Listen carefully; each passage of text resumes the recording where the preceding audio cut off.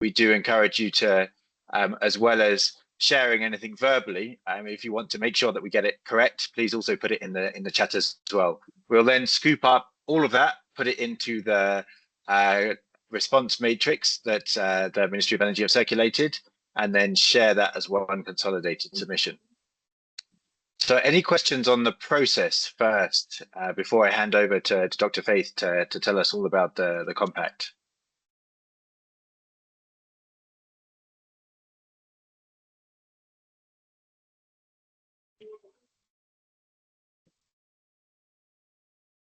Okay, Nick, I'm assuming that's a legacy hand from before. There's a hand up. There's somebody, Nick Rousseau, who wants to talk. Nick, is that a new hand or a legacy hand? Okay, I think it was a legacy hand. I was asking previously, I'm not sure if you were still on the call then, Faith.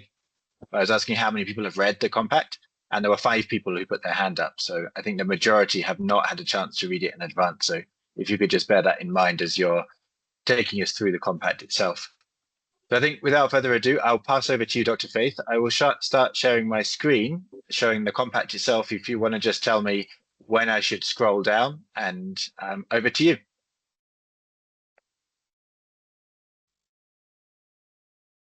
Yeah, thank you, John. I will not share my whatever camera because it will disconnect.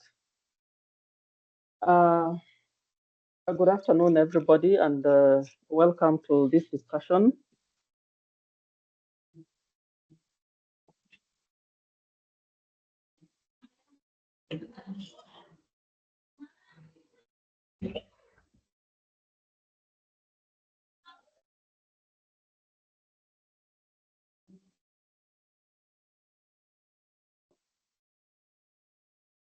Yeah, my internet connection is not very good. I don't know how long I'll be able to keep it. But the reason for calling this meeting is to get your reactions to the National Energy Compact, which has been opened to stakeholder comments, before we finalize and hand over to development partners who are supporting this process, World Bank and African Development Bank. Now, maybe just a bit of a background regarding the development of the compact. This is part of the World Bank and AFDB's mission to connect 300 million population across the globe to facilitate their access to electricity and clean cooking services. And Kenya may not necessarily be the first to develop the compact. There was a major event that was held in Dar es Salaam. I cannot remember which month it was, but it brought together a number of African countries where they were supporting them to develop compacts. And for your information, at that time, Kenya was not part of the countries that had been requested to develop compacts. Simply because Kenya was found to be ahead of all the other countries that had been brought into the loop. So the first meeting that was held in Dar es Salaam was meant to fast track the other African countries which were lagging behind to accelerate their access to both clean cooking and electricity. And they had already developed their compacts, and so the compacts were approved during that meeting. And then later on, Kenya was not part of the discussion, but later on, when they looked at it, they found it necessary that Kenya also needs to develop a compact that is based on the situation that is happening within the country, much as we are ahead, but we could develop our own compact that is informed by the status quo and also accelerate the 25% that has not yet gotten access to electricity, and also the over 65% that has not gotten access to electric cooking. So we have a committee that is drawn from the Ministry of Energy and the agencies that has been developing this compact. And for some time, okay, people have wanted to know what is going on in the compact, but now is the time that you can give your input, because we needed to put our thoughts together and first put forward a document that can be examined and analyzed and critiqued so that we get your feedback. So today now is the opportunity that you have to give us that feedback. And we look forward to receiving your comments so that we can enrich this document. It's basically a process that charts the way for Kenya to fill the existing gaps in energy access. And it is also, of course, aligned to the energy policy. And the funding that is coming through the compact is both loan and maybe partly grant to help us to accelerate this access. So I think I'll stop there maybe for any questions before maybe we can go into the details of what the compact contains.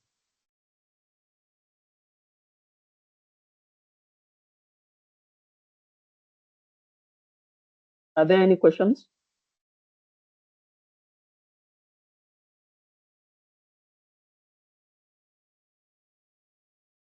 John, if you see any questions, please tell me. At least for now, I don't see any questions on my screen.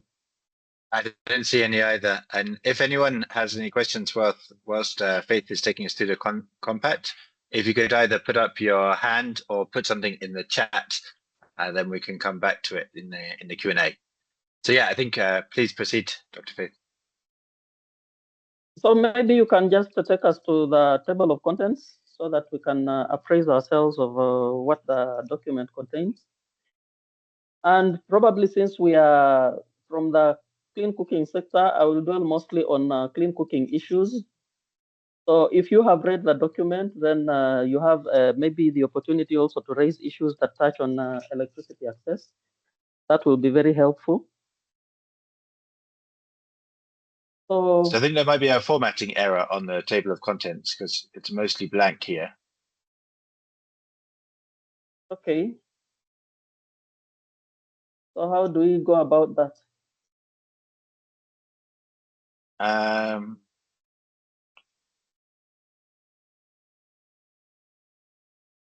Yeah, I guess we'll just have maybe to. Before we go to the table of contents, can we first start with the preamble?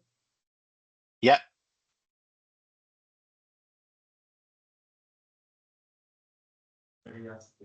Partners. Lavina, welcome. Please, could you mute? Thank you. The preamble gives us the background of the document and the journey that Kenya has taken towards access to electricity. And thereafter, it also refers to various strategies that have been developed in the country and the commitment to improving the standard of living, providing reliable. This is basically what is contained in the policy. So I don't know, maybe I need to use my screen. Can you give me sharing, right, John, so that I can scroll down quickly? It might make life easier. Yeah, sure. You should be able to share anyway.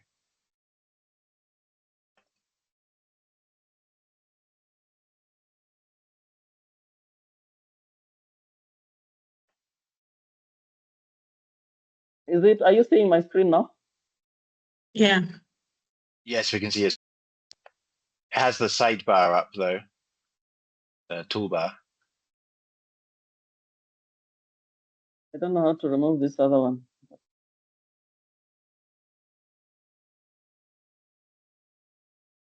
Okay. So the preamble basically affirms Kenya's commitment to the Mission 300 process, and also to be part of the discussion in enabling access. So on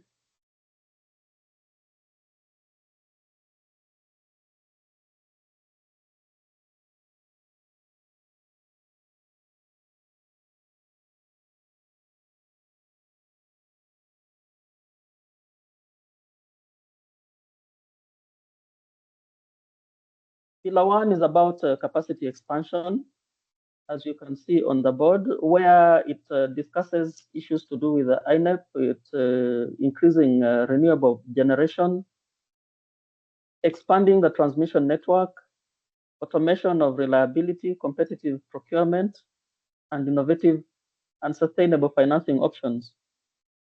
So Pillar 2 is about leveraging the benefits of increased regional integration. And here we are looking at the power markets, scaling up imported and exporting power, the interconnections between Kenya and Uganda. And then pillar 3 is on the clean and affordable last mile access, where we are looking at both electricity access and clean cooking access. So our pillar of interest will actually be pillar 3, because under clean cooking, our concern is mostly about clean cooking access. But of course, joint with the electricity access, we talk about electric cooking. So there could be areas that you need to contribute to. Then part of that pillar also talks about productive use of energy. Basically, things to do with mini grids, grid, and off-grid sectors. Then pillar 4 is about incentivizing. What do we need to incentivize the private sector to be active in energy access? Issues to do with fiscal and non-fiscal incentives, innovative financing, local capital, and facilitating and supporting carbon projects and programs. Then the last pillar is working towards financially viable utilities to provide reliable services, focusing on monitoring and implementation, competitive sourcing of financing, diversification and partnerships, demand stimulation, digitalization, and innovation. Then there's also a component on mainstreaming gender equity, because this is part and parcel of energy development in Kenya. So as part of the summary, it indicates that we are asking for 18 million US dollars, $18.7 million, part of which is sourced from the private sector and part of it comes from the public sector. So what we are elaborating in this compact, we have to declare the commitments that Kenya wants to put forward as a country. And the commitment is somebody asking something?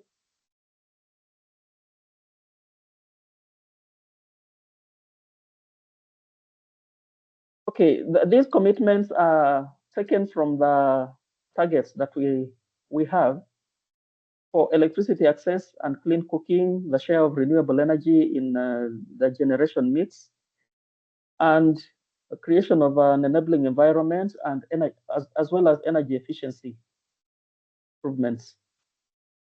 So under Pillar 1, our major commitments include the rehabilitation and expansion of power generation, transmission, and distribution, increasing the share of renewable energy mix, developing and strengthening transmission and distribution networks and competitive energy procurement, mobilizing funding for energy projects from private sectors. Under Pillar 2, we have,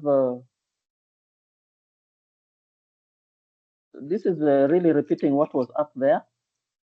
And Pillar 3 is the clean and affordable access. We have targets of connecting 5.1 million households and 15 million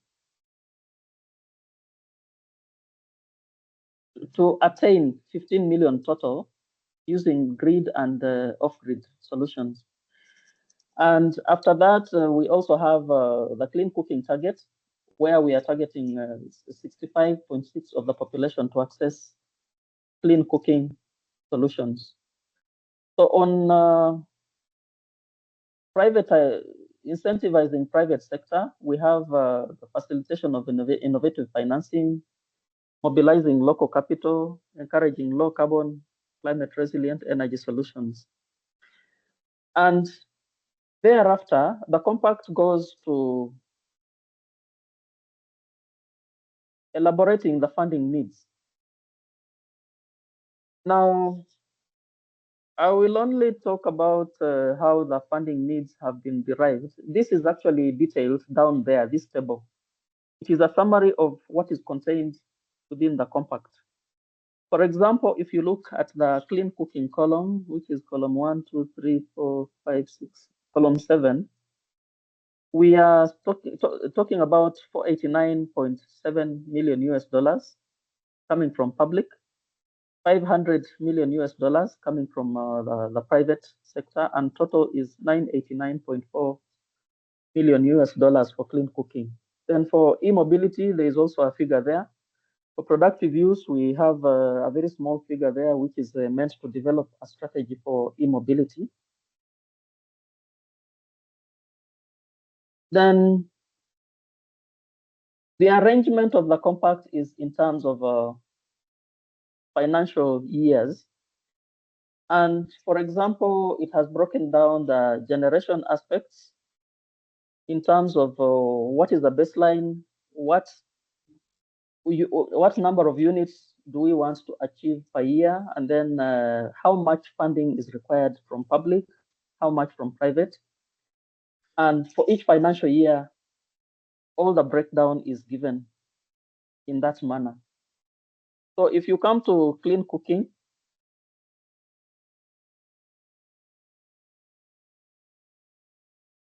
we have these proposals of the kind of funding based on the upper figures that I just showed you.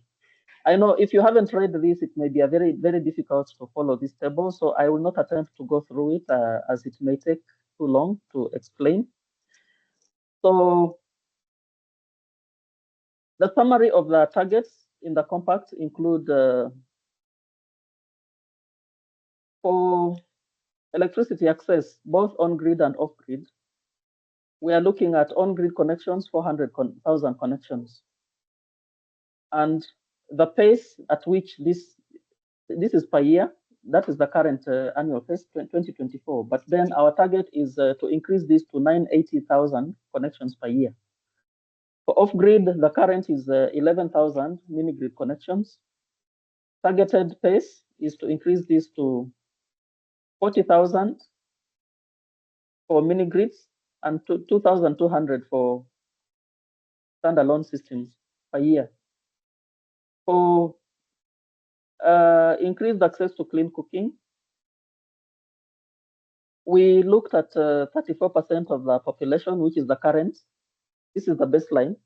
And our targeted pace is okay, for here we did not necessarily put the pace. We said it is more meaningful to just put the target that we want to attain access based on the strategy that has been developed, the clean cooking transition strategy. And the share of renewable energy, our target is to increase to 6,260 megawatts by 2030. And in terms of mobilizing capital, we have those figures projected for generation, transmission, and distribution. And for also clean cooking, we are targeting mobilizing this kind of money, approximately 140 million US dollars. Okay, that is the current from private sector. This is drawn really from the internet information about the kind of capital that has been coming into the private sector. And we project that we would want to have 282 million per year divided into both public and private.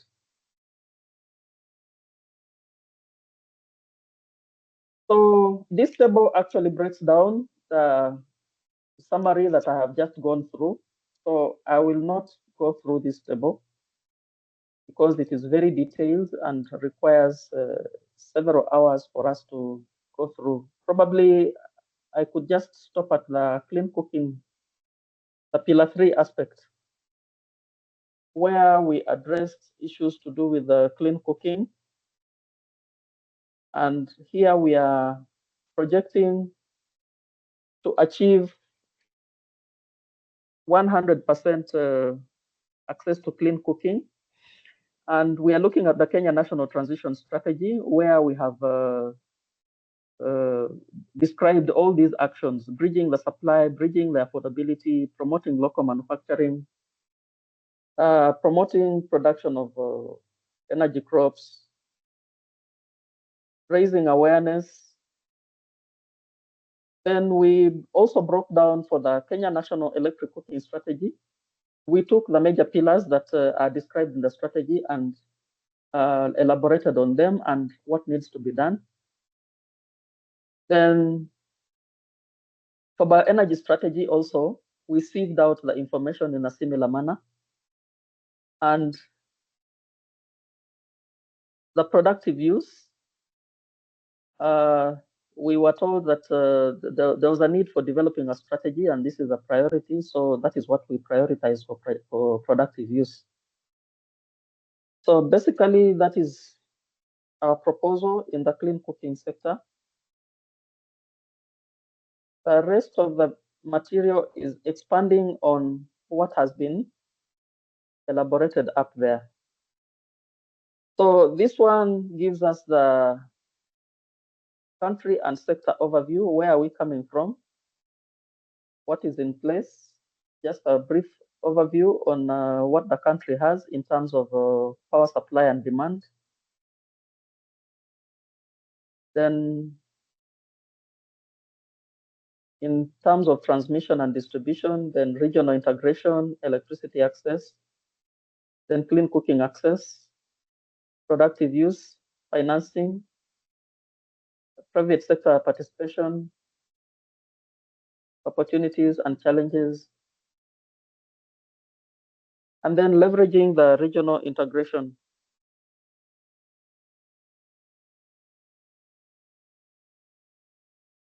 Then pillar 4 is about incentivizing the private sector participation to unlock resources towards financially viable utilities, and finally risk mitigation. Then it also proposes a structure for implementing. This is the compact delivery monitoring unit, which will be in charge under the Ministry of Energy.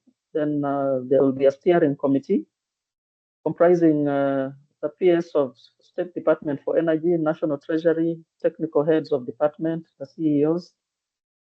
Then there will also be a secretariat comprising technical experts, including the M&E, legal, and administrative staff. The technical experts we are referring to here are basically the people who have been doing the development of the compact, who have been drawn from the ministry and the agencies.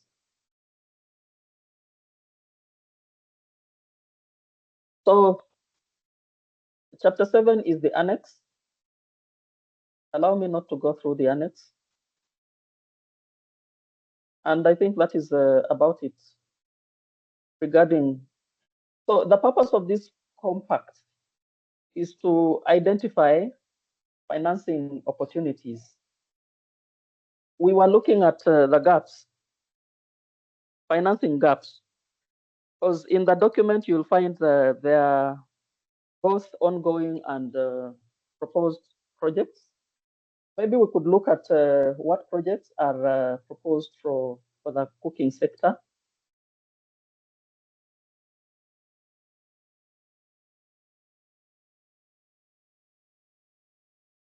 And try to understand how they were derived.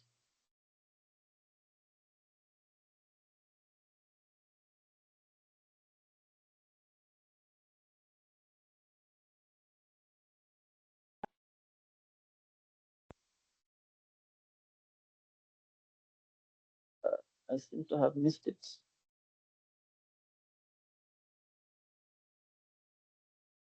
Yeah, this is the table for the projects.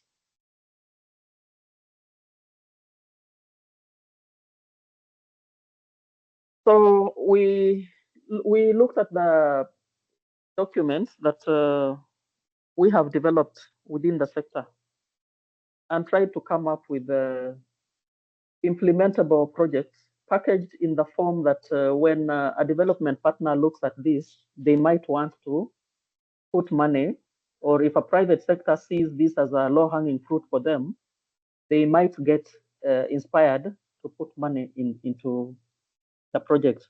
And we did this, of course, against the background that we already have a process of developing an action plan for clean cooking, which is being undertaken by EED.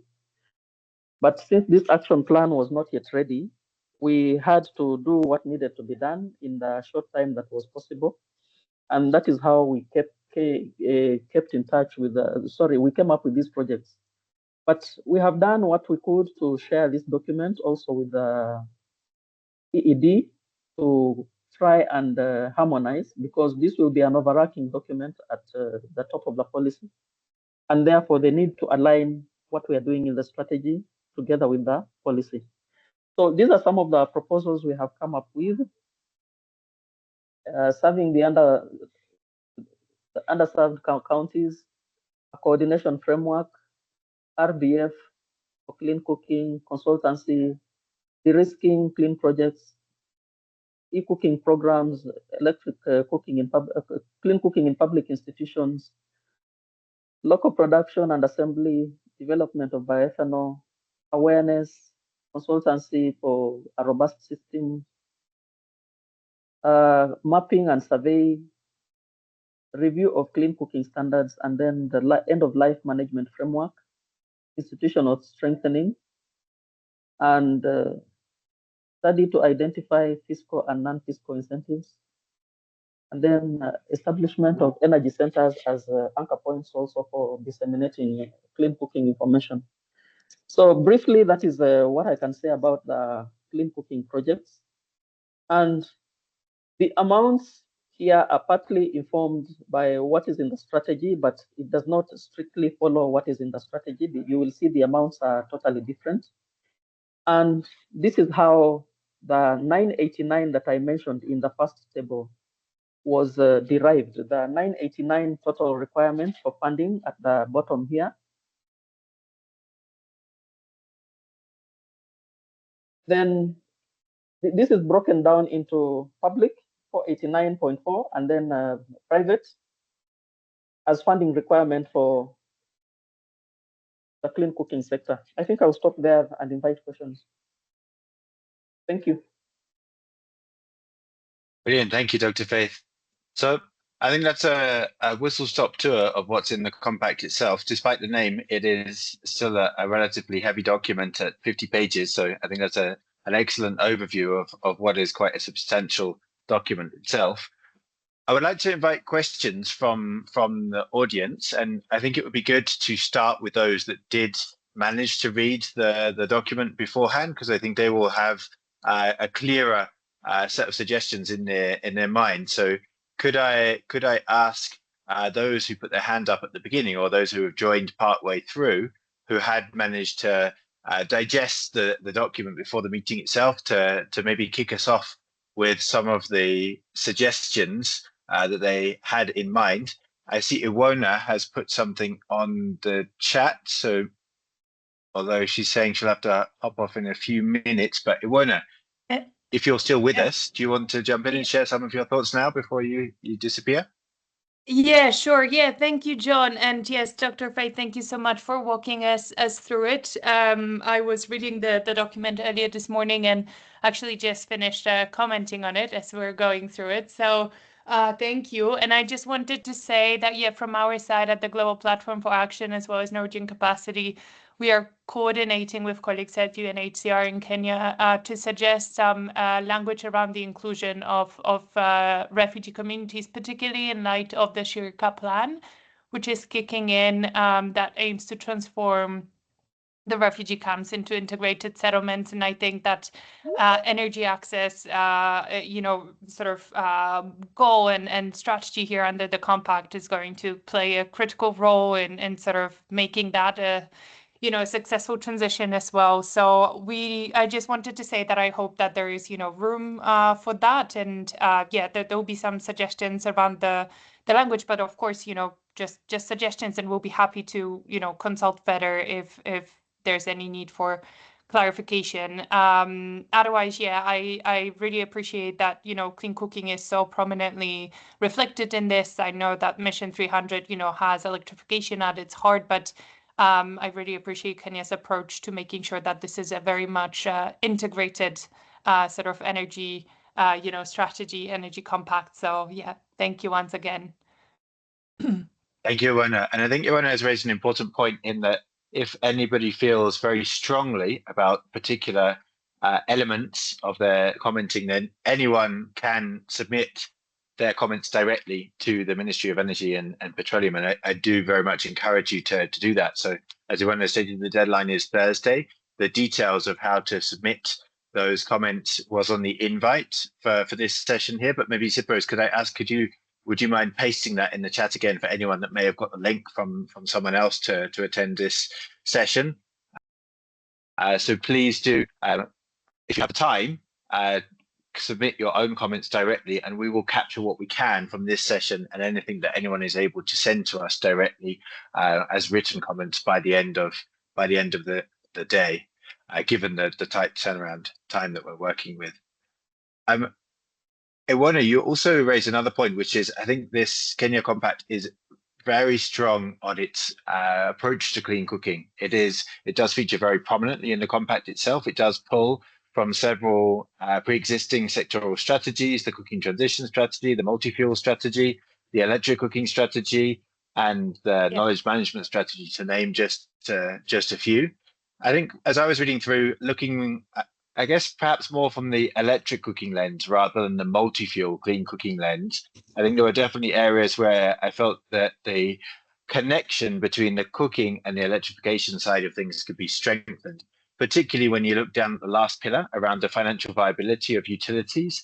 I think there was one area in there where they mentioned around a special tariff for cooking. So one already exists for mobility, but it is a commitment of the government and linked to the electric cooking strategy that there will be some kind of special pricing for electricity for cooking going forward. That's a great example of how we can leverage the electricity sector to tackle the clean cooking challenge.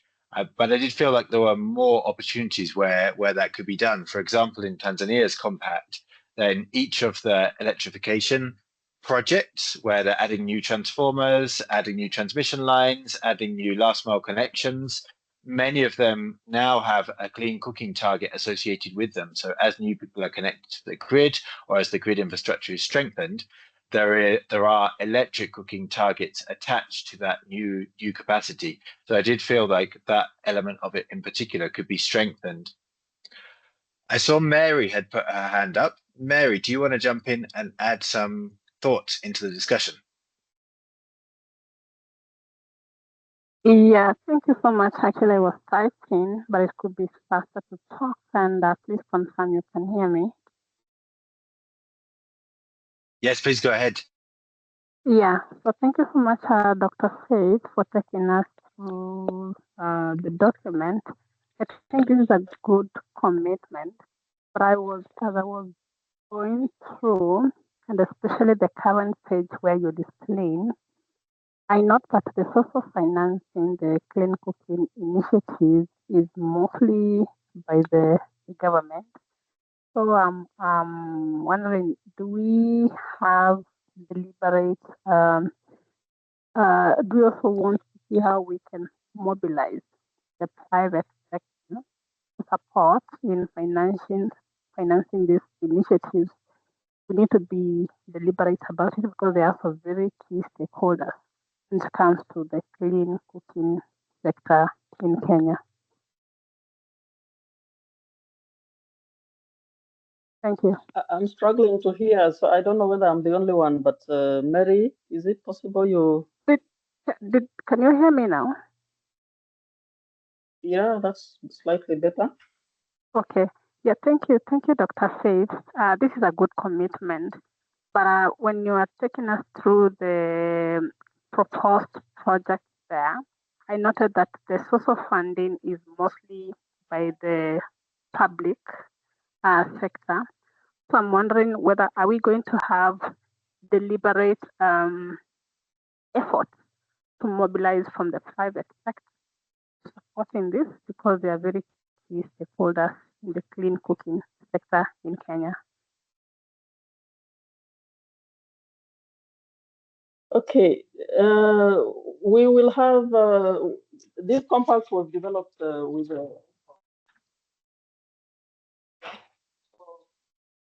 looking at what does the government provide currently, also what comes from private sector. So Faith, in it's terms getting a of bit difficult to hear you. deliberate mobilize, can you hear me now? That's okay now, yeah. We didn't hear the first part though, at least I didn't. Yeah, I said the compact has been developed with support from the National Treasury. And the public sector, we are looking at what is coming from the National Treasury to the energy sector. Then for the private sector, of course, we are looking at the investments that come in through a private sector that invest in various projects and activities within the energy sector. So in terms of deliberate mobilization, this compact is meant to attract the interest of both the development partners who are public, and then there are also partners who are private. So if there are projects that need the compact will be shared with potential investors to stimulate their interest in the various projects that we have put forward within the compact. So in terms of what shape that will take, we have not engaged in a discussion through the committee that we have been that has been developing the compact. So I really cannot give you much information on if there's a mobilization of private sector, what shape will it take? I cannot define that. Thank you. Dr. Faith, I have a question connected to that. So what we see on the screen now in this table, I think if you wouldn't mind scrolling up just a little bit, I think the headers for this table, the far right columns are the private sector investment and the public sector investment. Yes, exactly. There we go. So for example, then many of the consultancy studies that's funding that's intended to come entirely from the government, the same for the institutions. But then we have things like RBF, pay as you go, and I think on the next page there was local manufacturing and energy crops, which was entirely private. So my question would be, is the government going to do anything with its own funding to support the mobilization of that capital? So linked to Mary's question, i.e., if we're expecting the private sector to come up with $200 million for local production and assembly of clean cook stoves, is there even a small amount that the government is going to seek from the public sector to catalyze that private sector investment? Should there be a figure that appears in the second to left column to enable the mobilization of that much larger figure in the right hand column?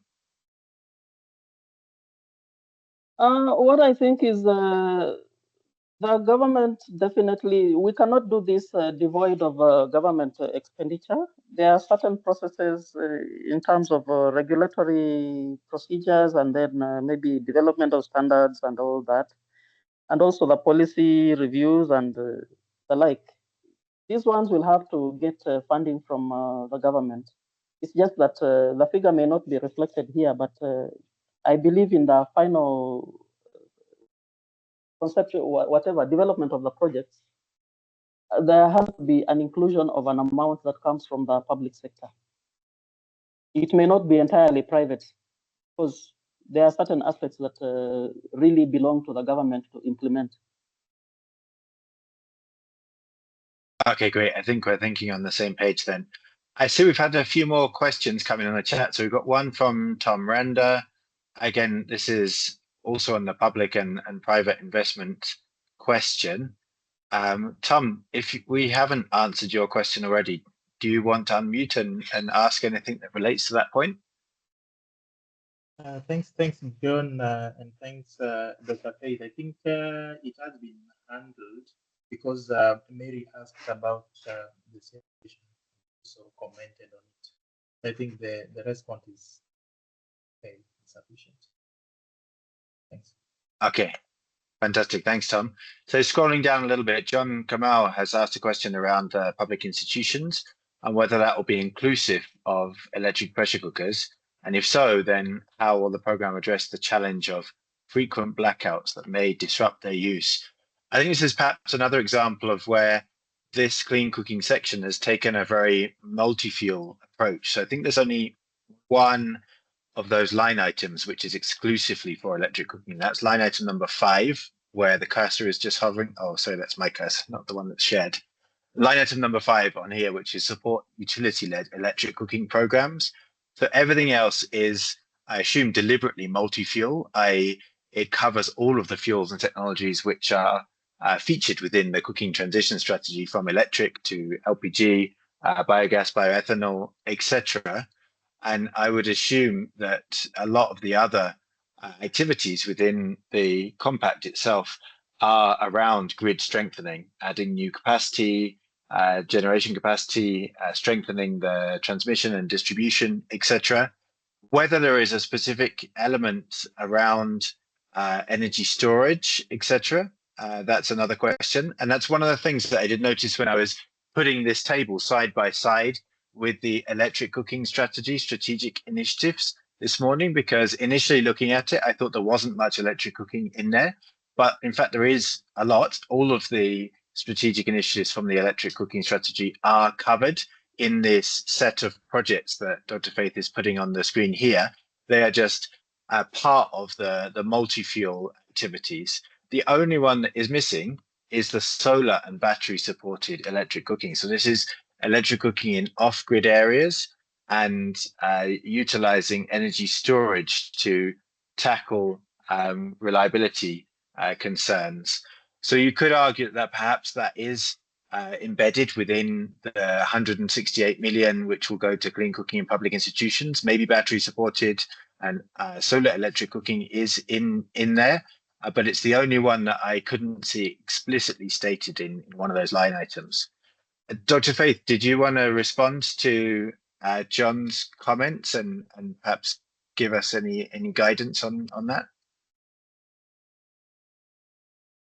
Now, the clean cooking in public institutions is a multi-fuel approach, as you said, and it will consider the options that are available, what works, and whatever works is what will be implemented wherever. So in terms of the storage aspects, they may not appear here in the access pillar, because the access pillar was essentially elaborating what was to do with the access. So if you come to storage, I think it may have been elaborated in other parts of the compact.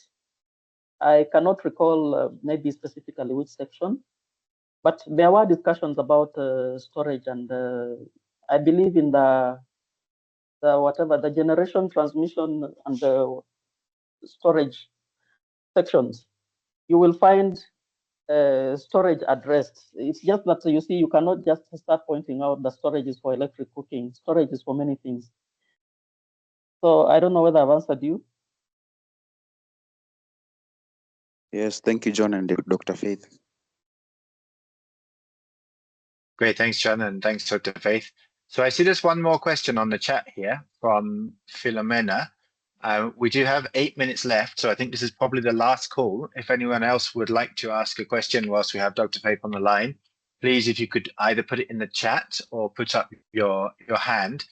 I do see that we do have two colleagues, at least two colleagues from Kenya Power with us. So I would also like to give an opportunity to Irene and or Christina to share any of their thoughts, given their critical role within Kenya Power, which straddles that gap between the electricity and the cooking sector. So maybe let's come to Philomena and Irene and Christina. This is advance warning of an ambush in the closing minutes of this session. Philomena, would you like to unmute and ask your question to Dr. Faith?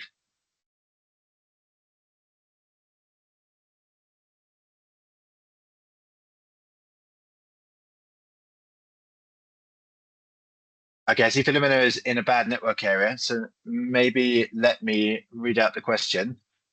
So one question was around whether this compact overrides SDG 7, and another question was how will this compact address gaps like market data and enforcement of the policy aspirations? Dr. Faith, do you want to take those ones?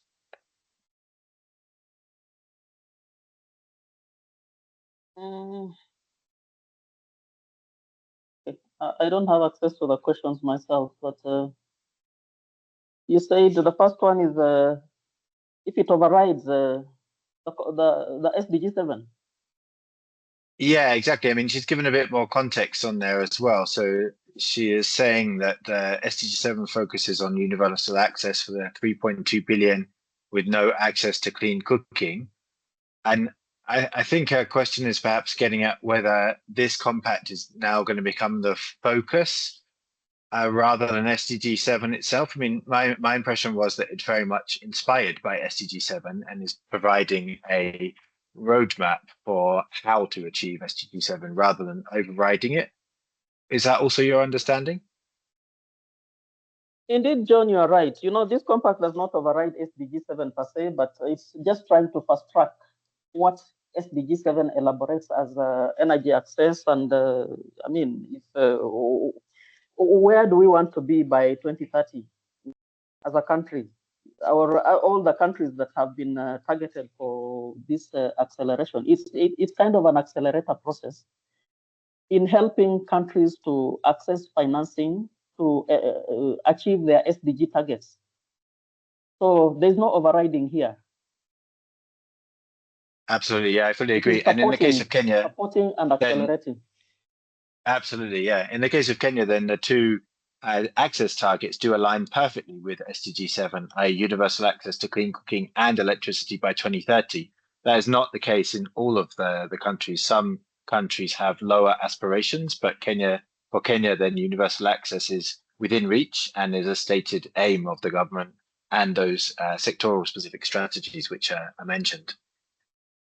So there is one new comment. Was on... Yeah, so there's one other question from Philomena and a new one that has just come in from Tom. So Philomena's other one, I'll ask them both at the same time because of time. Philomena's other question was, how will the National Energy Compact address gaps like market data and enforcement of the policy aspirations? And Tom Rander's was, is there a monitoring framework to track investments for the proposed solutions progressively and evaluating their impacts, borrowing from the climate sector where adaptations investments are difficult to track, and that shouldn't be the case in energy, especially the clean cooking investments. Dr. Faith, over to you. Okay. Regarding the monitoring aspect, the structure I showed you is the proposed structure. Right now, we do not have any elaboration of this structure. And I think once it is approved is when it will now be implemented and fleshed out to show how it will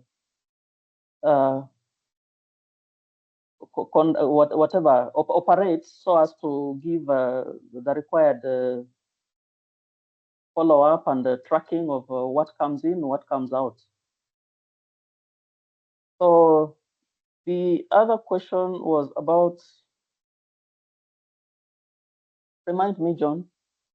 The other one is market data and enforcement of the policy aspirations. Market data.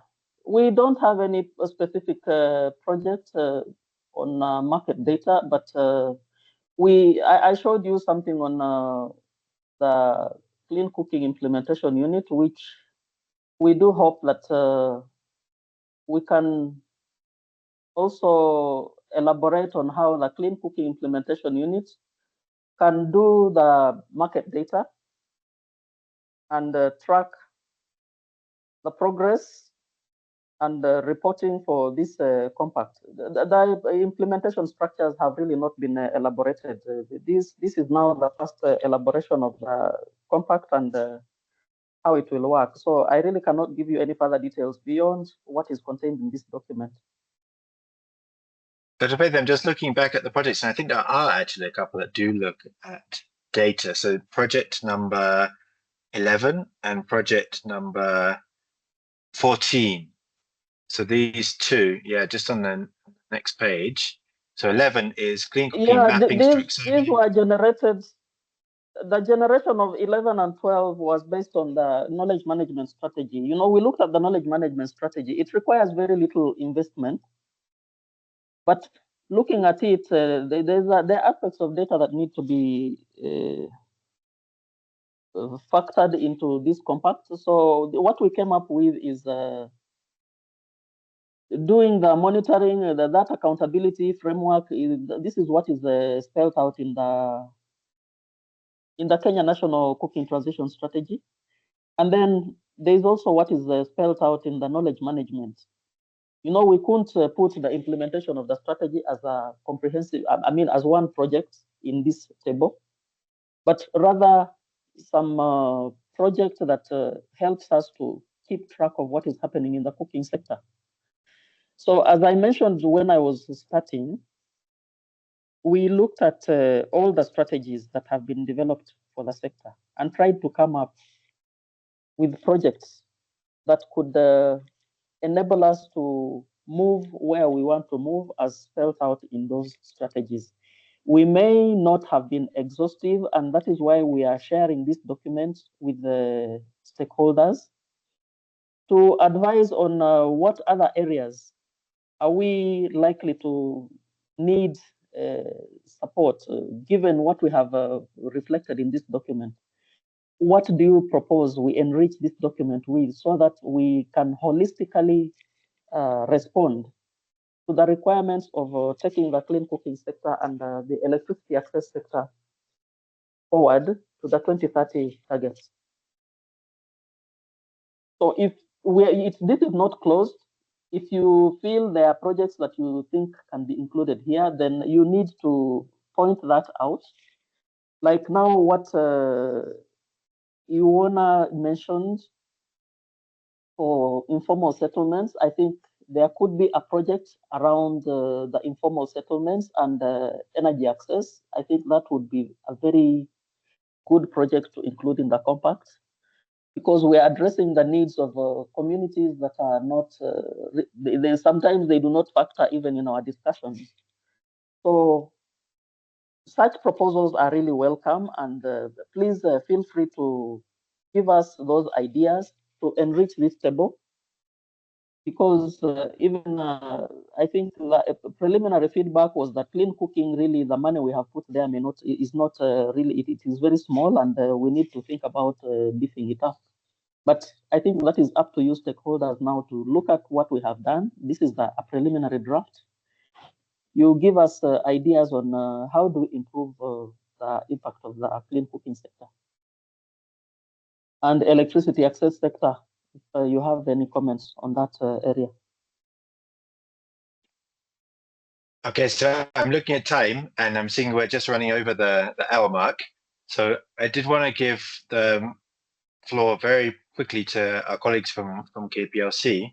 At the moment, then, as we see, I think it might just be above on this table. There is one project, which is number 5, yes, which is specifically focused on utility-led electric cooking. So borrowing from the AFDB funded Kenya Electric Cooking Market Development Project, essentially supporting Kenya Power to roll out electric cooking to its customers as a demand stimulation initiative. Irene and Christina, is there anything else that you would like to say about the compact and the opportunities that it either already does or could create with some amendments for Kenya Power?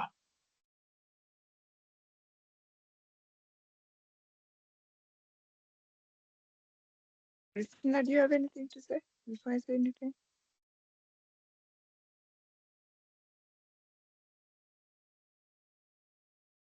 Okay, for me, thank you, Dr. Faith. And thank you, John.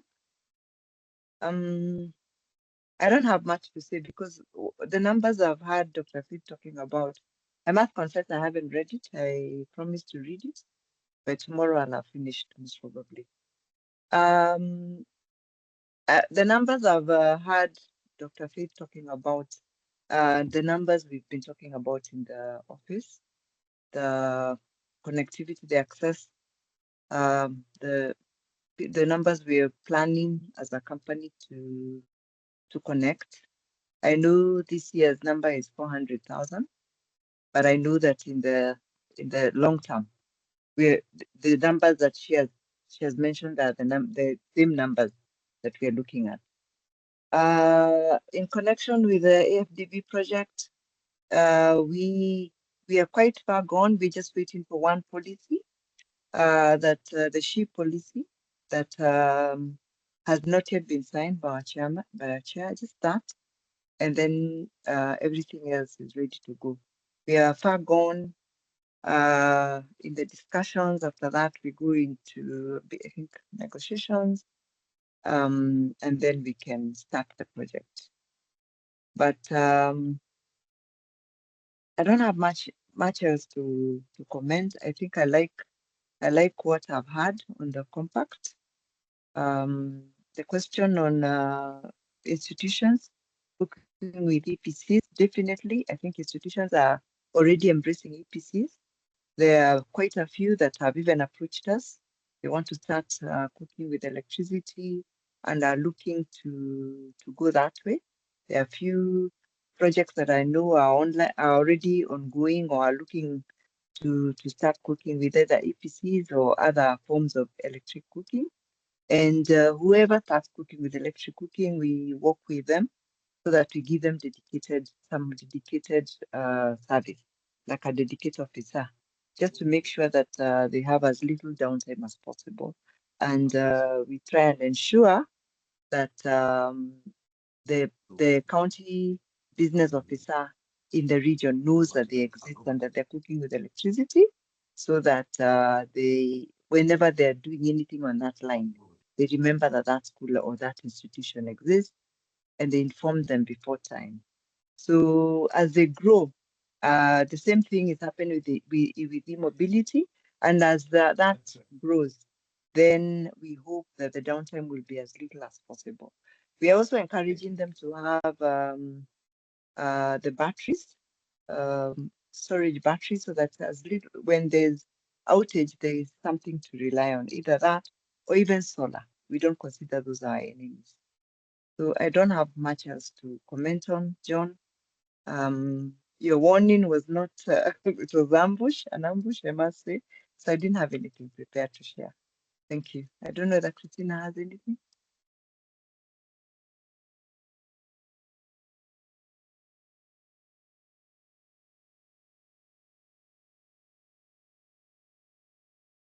Okay, I'm not hearing anything from Christina, so I think looking at the time, we are a little bit over. So I'd like to say a big thank you to everyone who's participated in the dialogue today. Just a reminder, the deadline is Thursday for comments sending to the Ministry of Energy and Petroleum. So there's two routes. Either you can send directly using the details provided by Cypros in the chat here to psenergy@energy.go.ke, or you can send to us using the same email address that we sent the calendar invite for this session for. So that's cipros@gamoseastafrica.org. Cypros, if you can also just drop that in the chat to make sure people get the spelling right.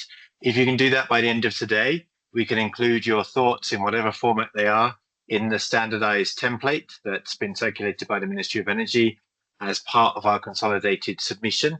Otherwise, please do send those comments directly to the Ministry of Energy by Thursday.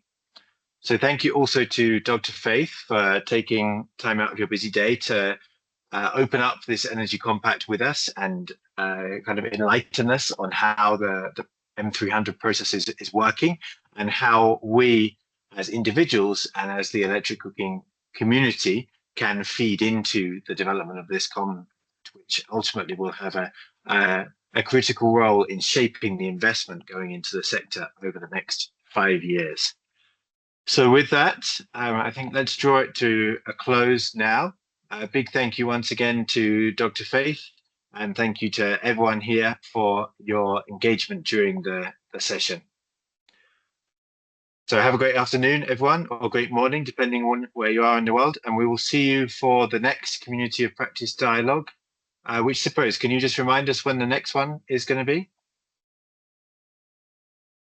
We are planning to have another physical engagement on 12th.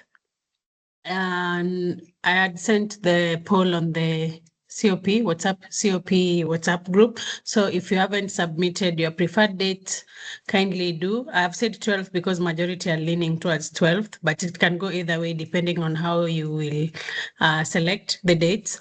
And then we are there's also a potential of having another convening probably next week on Thursday, next week 4th, sorry, on Monday, with a professor. We have a colleague who is in town, Professor Robert, but John, maybe you are the best place to say this, but we're still planning if we can have a sort of in-person lecture with him so that he can talk to us about solar electric cooking. So anybody who is interested, we'll also be sharing that communication soon. Yeah. That's it, John. So just to Maybe give a bit more details about the opportunity Cypro's mentioned. So the one with Robert Van Buskirk, he works for an organization called Kachioni in Malawi. They're one of the pioneers of solar electric cooking.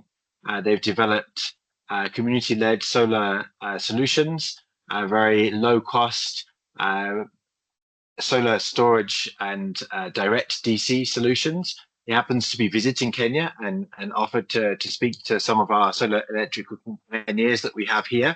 So we are potentially organizing a joint session together with Solco, the Solar Electric Cooking Partnership, to reach out to the solar electric cooking stakeholders here. Again, more information will be provided through the community WhatsApp group and on email. So do keep an eye out for that one. That's the next one coming up. And then there's the full day session, which Cypro has mentioned. So that one will be a bit later in the month, likely on the 12th.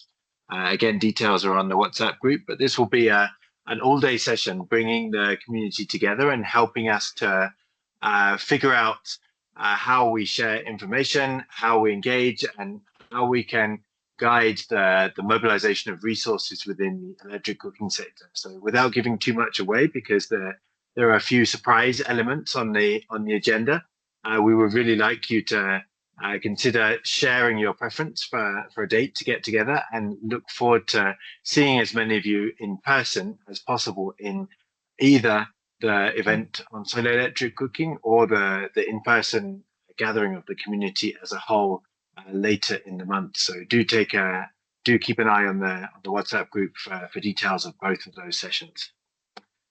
Okay, Thank you everyone for your time. Sorry, Cyprus, did you want to close us out? I think, thank you guys for coming for this call and for your wonderful contribution. I think those were really useful insights that are going to help us advance and probably, make the compact more comprehensive. So thank you all for taking time and joining us this afternoon. Yeah. Great, thanks everyone. Have a good afternoon. Thank you. Good afternoon. Thank you. Bye. Thank you. Bye.